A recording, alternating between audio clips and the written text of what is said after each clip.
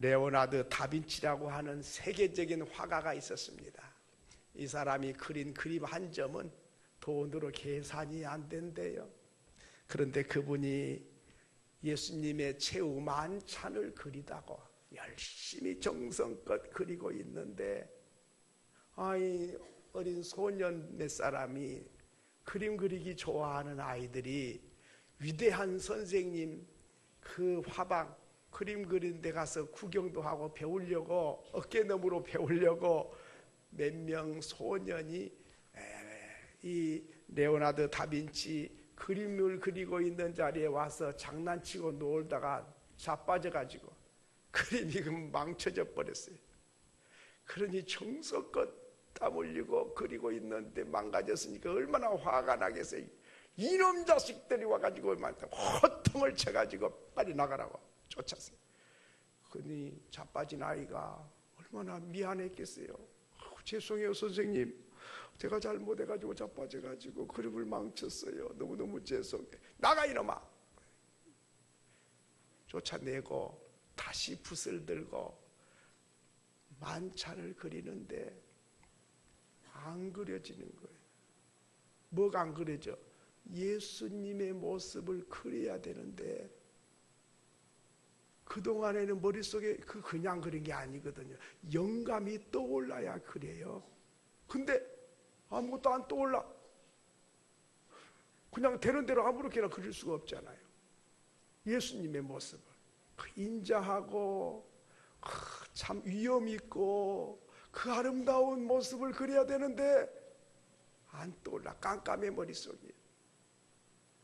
그러니까 붓을 놓고 가만히 생각을 했어요. 그러다가 왜 안 떠오를까?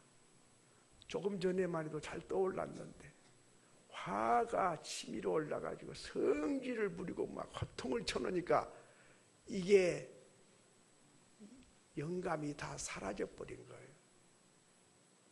그래서 그 울고 있는 아이에게 가서 무릎을 딱 꿇고, 미안해, 네가 잘못한 게 아니라 내가 잘못했어.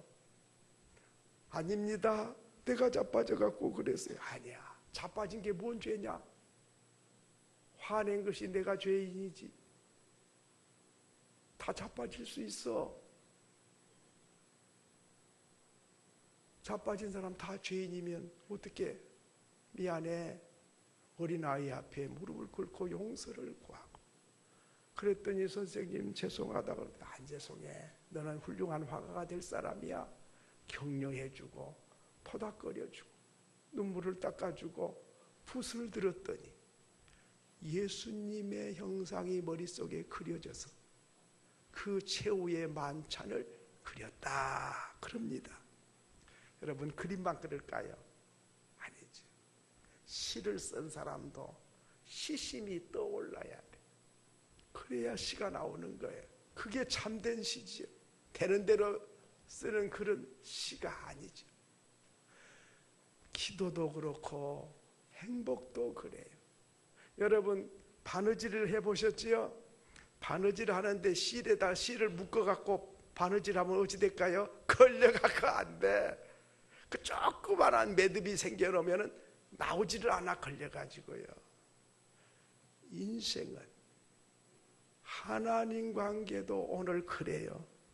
하나님과 화목하고 하나님과 평안하면 복이 내게 임할 것이다. 반대로 하나님과 원수가 되고 하나님과 등 돌리고 살면 네가 아무리 땀 흘리고 눈물 흘리고 고생해봐, 복이 너 싫다고 도망가. 그런 이야기죠. 가정도 행복하려면 부부가 사이가 좋으면 가난해도 웃고 미소가 져 서로 사랑하고 아끼고, 대궐 같은 집에 살아도 찬바람이 쌩쌩 불면 행복은 무슨 행복입니까? 죽지 못해 사는 거지. 하나님이 21절에 뭐라고 그랬습니까? 한번 같이 읽겠습니다. 시작.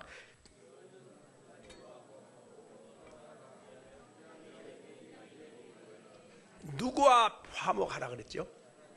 하나님과 화목하면 복이 내게 임할 것이다. 반대로 하나님과 원수 맺으면, 하나님 곁에서 멀어지면 복 받을 생각하지 마라 그 말이에요. 바닷물이 밀려와요. 그러면은 저기 땅바닥까지 물이 가득 차버려. 썰물이 되면 물이 쫙 빠져버려요. 여기가 탄탄대로가 돼요. 바다가. 바닷물이 밀려오고 바닷물이 밀려가는 데 있잖아요. 땅에서 바닷물이 밀려가고 밀려오는 것 같지만은 아니요, 저 달이 바닷물이 밀려오게도 하고 밀려가게도 하는 거예요.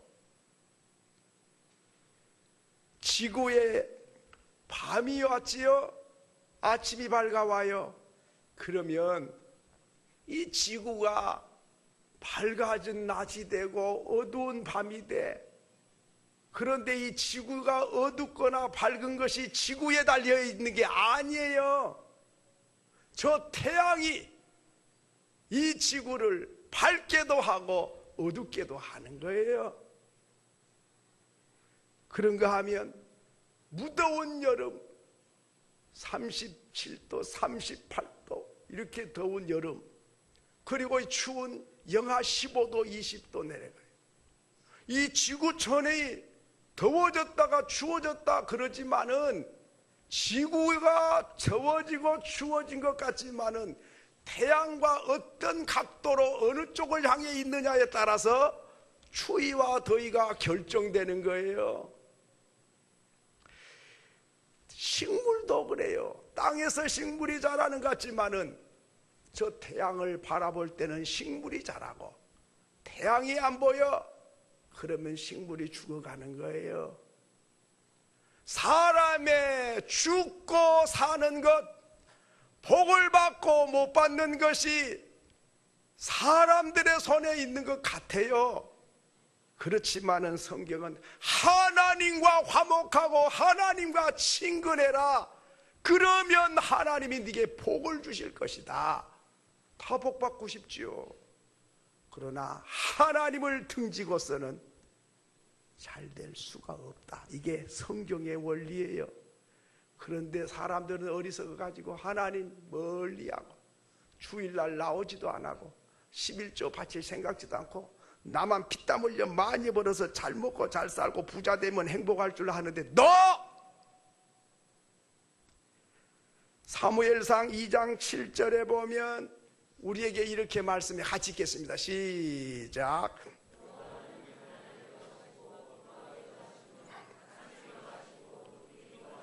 여호와는 가난하게도 하시고 부하게도 하시며 낮추기도 하시고 높이기도 하신다.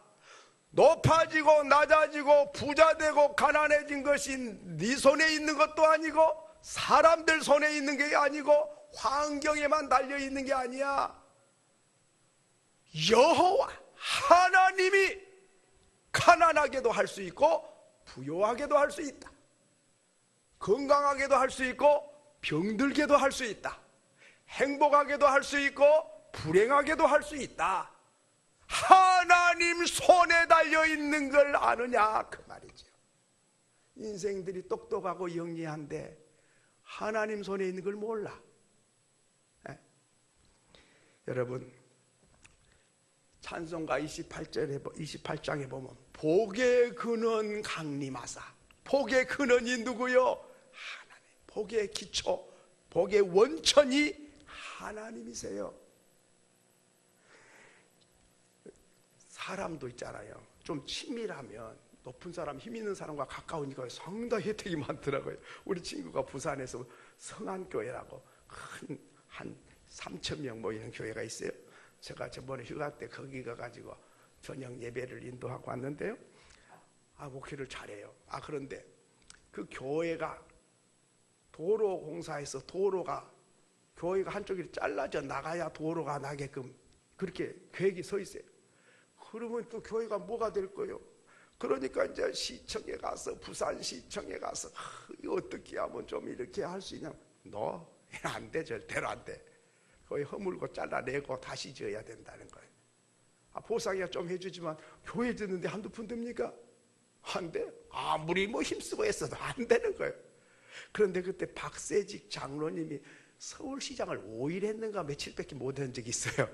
근데 그 장로님은 그 잘 통해. 친구 친해 아주. 오면 꼭 우리 집에는 안 오고 거기 가자고 가요. 근데 전화 한 통화 했어요.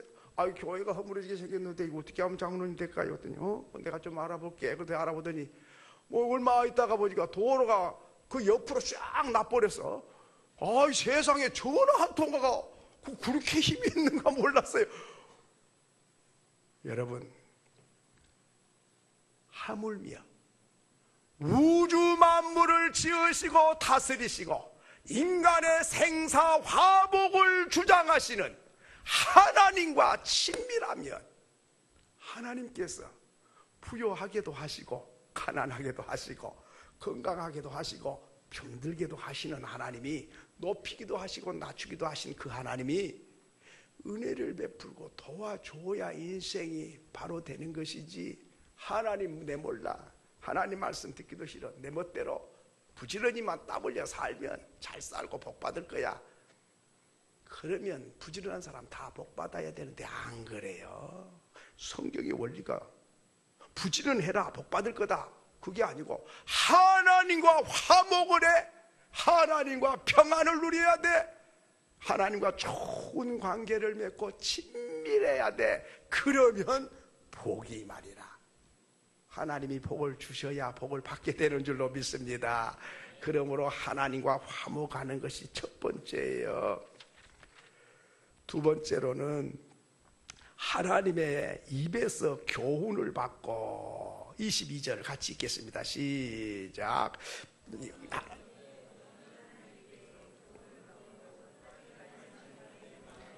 자, 하나님과 친밀해지고 하나님과 화목을 하고 하나님과 평안한 관계가 되려면 어떻게 하느냐?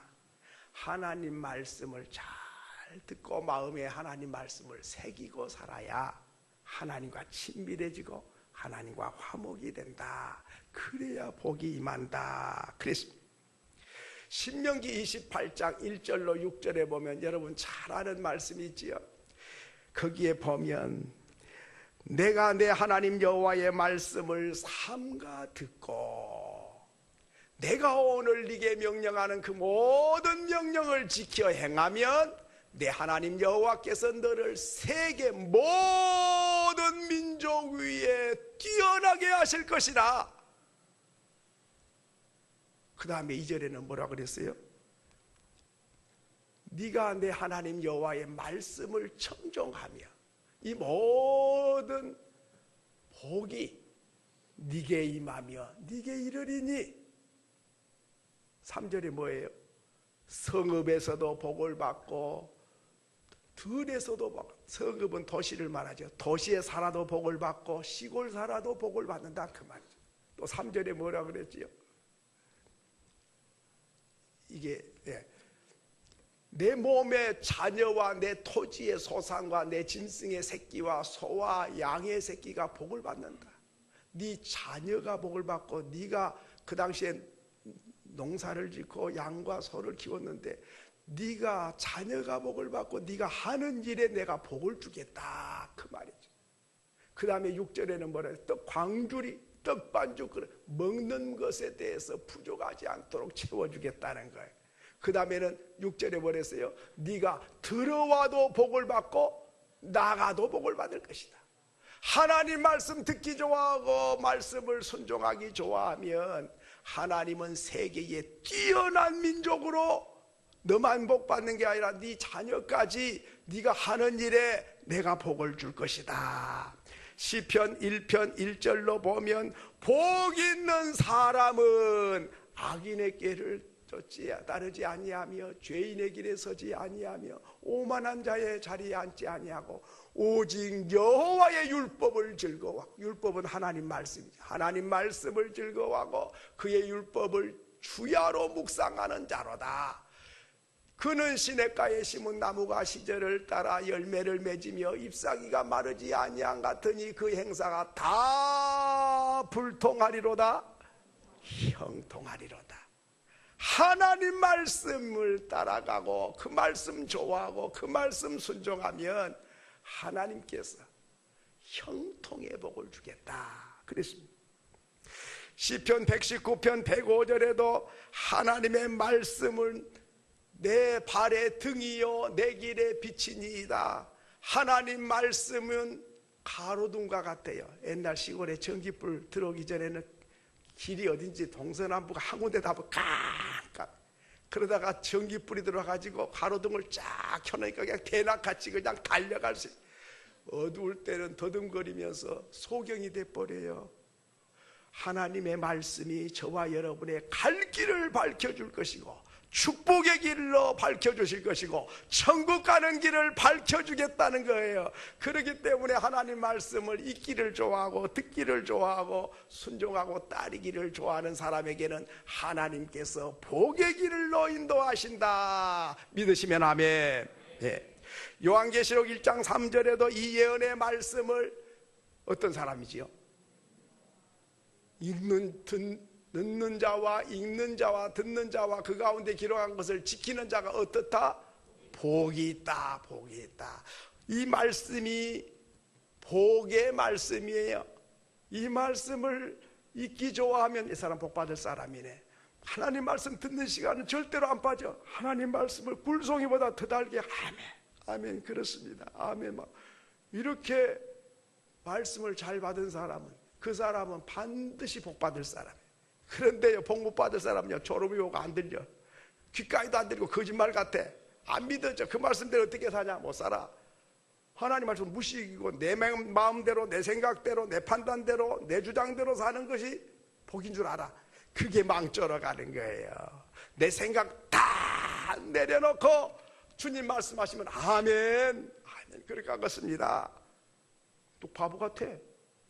그냥 하나님 말씀이라면 그냥 무조건 아멘이요. 그리고 따라가. 그냥 덮어놓고 환경이 어떻든지 상황이 어떻든지 따라가.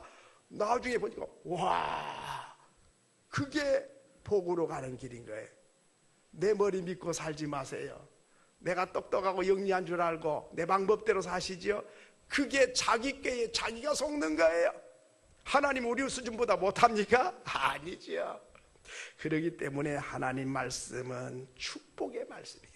그 말씀 따라가는 사람은 하나님과 화목한 사람이요 하나님과 평안을 누리는 사람이다. 세 번째로는 말씀을 23절에 보니까 한번 따라 합시다. 불의를 멀리해야 된다.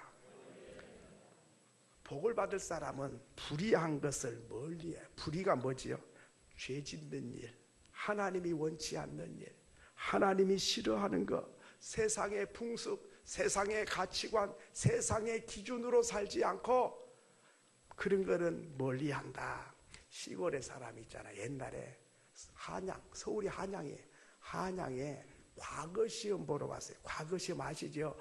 오늘날 보면 사법고시라 그거 합격하면 판사 된 것처럼 시골에서 집신을 한 몇 컬레를 어깨에다 메고, 왜? 신발이 없어. 집신 신고 오다가 하루 종일 걸으면 떨어져 버려. 그러면 내버리고 또 하나 또 바꿔 신어.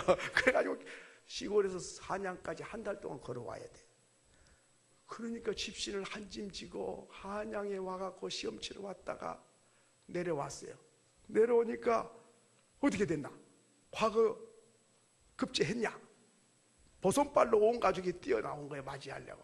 합격했냐고. 그랬더니 와서 하는 소리가 과거 시험은 안 쳤고요, 천상 과거 시험을 쳤습니다. 하늘에 과거 시험을 치고 왔다는 거예요. 그게 뭔 소리냐? 내가 선교사를 만났는데요, 과거 시험보다 더 좋은 예수 믿으면 천국 가는 걸 내가 알았다고. 그러니까 어머니 아버지도 오늘부터 예수 믿고 다 천국 가면요 과거 시험 합격한 것보다 훨씬 좋다. 이놈이 한양 갔다 오다 미쳐버렸네. 서양 귀신을 만나고 왔네. 이게 과거 보고 오라니까 이게 뭐 천상 과거를, 하늘의 과거를 보고 왔다니까 헛소리를 하는 거예요. 나가 이놈아, 나가. 이게 똑똑하고 영리해서 공부시켜가지고 과거 급제하고 오랐더니 미쳐갖고 와서 나가 라고 쫓아버렸어요. 그랬더니 이 사람이 있잖아요, 3년 동안 말을 못해. 벙어리가 됐어. 아무 소리를 못해. 그러니까 이제 가족이 기가 막힐 일이요. 하고 급제해갖고 훌륭한 사람 돼갖고 가문의 영광이 돼달라 그랬더니 미쳐가지고 이게 뭐 천상과거를 치고 왔다 그러더만은 이제 벙어리가 말도 못하니까 기가 막힐 거 아닙니까? 멀쩡한 사람이. 말만 했으면 소원이었겠다. 어떻게 이렇게 됐냐. 말만 했으면 소원이었겠다. 3년 동안 말이 없더니 3년 만에 말을 한 거예요. 그래가지고 말하기를 이 3년 만에 처음으로 벌려가지고 예수 믿고 천국 가야 돼요. 이 땅에는 잠깐 사는 거예요. 천국에 가야 되는 거예요. 예수 안 믿고는 갈 길이 없어요. 그래가지고 온 가족이 다 예수를 믿었어요. 그 손자가 몇 년 전에 세상 떠난 황수관 박사 아시죠? 그 할아버지가 그렇게 된 거예요. 과거 시험 치러 왔다가.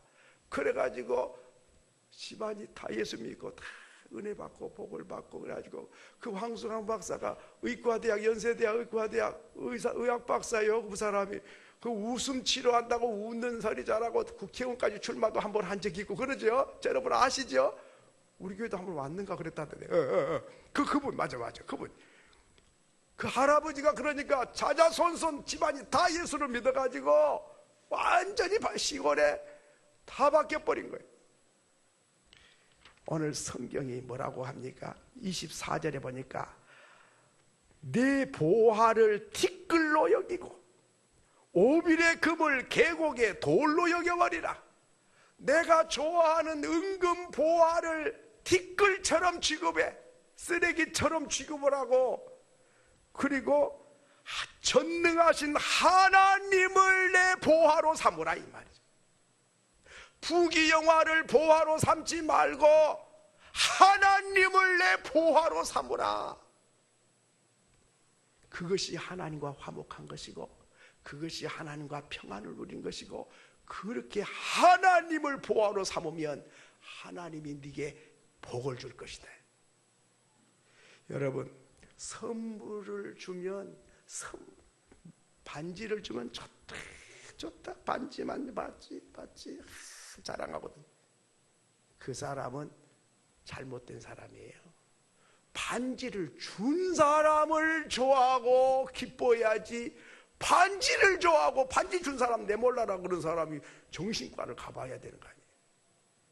복을 주시는 하나님을 기뻐해야지. 그 하나님이 복을 줄 건데 복을 가지고 그것만 좋다고 그러고 주신 하나님을 몰라본다면 그 사람은 철이 덜 난 거예요. 그래서 하나님이 복을 못 주는 거예요. 하나님 난 너무 좋아요. 다 없어도 하나님만 있으면 나는 살만 나요. 그런데 다 있어도 하나님 없으면 난 그거 원치 않아요. 하나님 내 삶의 생명이요 보합니다. 이렇게 하나님을 사랑하고 좋아하면 하나님께서, 여러분이 하나님이라면 어떻게 되겠어요? 와, 내가 그렇게 좋으냐? 와, 나도 네가 좋다. 그 사람을 가만히 두겠어요? 그런데 남편이 돈 벌어다 주니까는 남편은 별로요. 돈만 좋아. 그런 여자를 누가 좋아해? 누가 좋아해? 생각해봐요. 왜 복을 못 받는지를 알 수 있겠죠. 우주 만물의 주인이신 그분, 나를 위하여 독생자 아들을 보내가지고 십자가에 피값을 주고 죄에서 건져주신 그분을 보화로 안 삼고 부귀영화를 보화로 삼아버려. 그러면 내가 하나님이라도 아이고 안 되겠다, 내놔 도로 뺏고 싶을 거 아닙니까? 그러면 27절에 보니까 너는 그에게 기도하겠고 그는 들으실 것이며 너의 서원을 네게 갚으리라. 하나님을 내 보화로 삼으면 네 기도를 내가 들어주겠다 그 말. 그런데 하나님을 보화로 안 삼고 세상 것을 보화로 삼으면 네 기도 들어줄 수가 없다 그 말이에요. 우리 기도 응답이 빨리 안 된 이유를 아시겠죠? 내 마음의 목사가 돼도요, 하나님보다는요 세상 게 좋아. 아직도 그러니 가짜 목사예요. 예. 내가 하나님이라도 그런 기도 안 들어줄 것 같아. 나를 생명 바쳐 사랑하는 사람이 있다면 그를 보화로 여겨야지. 그분을 보화로 안 여기면 뭐 이쁘다고 죽어시겠어요. 또 28절에 보니까 네가 무엇을 결정하면 이루어질 것이요 내 길의 빛이 비추리라. 내가 결정했어요. 하나님이 책임지고 이루어주겠다 이 말. 왜? 하나님을 보화로 여기고 하나님을 기쁘시게 해드리고 싶은 소원이 있으니까 네가 결정한 건 내가 책임지고 이루어주겠다. 여러분, 그게 복 아닙니까? 기도를 들어주시고 결정한 것을 이루어주는 사람이 누구지요? 하나님을 보화로 여기는 사람. 바로 그 사람. 하나님께서 가만히 두고 볼 수가 없어요. 다니엘을 왜 불 속에서 건져줍니까? 하나님을 보아야 생명을 바쳐서 죄가 돼도 좋아, 헐헐 타버리는 죄가 돼도 나는 하나님은 더 좋아, 하나님보다 더 좋아할 수가 없고 하나님에 거역할 수가 없어. 그런 사람을 하나님께서 끄집어내셔서 살리시잖아요. 여러분, 복을 쫓아가지 마세요. 잡히지도 않아요. 피곤하기만 하고 낙심만 돼요. 복을 주시는 하나님을 쫓아가세요. 그리하면 하나님께서 기도를 들어주시고 소원을 이루어 주시겠다. 믿으시면 아멘. 오늘 새해는 여러분이 확실히 복을 받는 분명한 것, 하나님과 친근하고 하나님과 화목하고 하나님을 가까이 하고 하나님보다 더 중요한 게 없어. 하나님을 보화로 여기고 그리고 하나님의 말씀을 좋아하고 하나님 말씀 듣기도 좋아하고 읽기도 좋아하고 순종하고 따라가기를 좋아하고 불의한 것은 하나님 싫은 건 멀리해. 그리고 하나님을 보화로 모시고 그분께 기도하고 그분께 내 소원을 아뢰면 하나님께서 알았다. 난 네가 좋아. 네가 나를 이렇게 좋아하는데 내가 너를 좋지 누구를 주겠느냐. 하나님은 부하게도 하고 가난하게도 하셔. 죽게도 하고 살게도 하셔. 그 하나님께서 아낌없이 저와 여러분에게 새해에 은혜와 복을 주시되 하늘의 신령한 복과 땅 위에 기름진 복으로 넘치도록 채워주시는 축복의 한 해가 될 수 있기를 주의 이름으로 축원합니다. 축원합니다.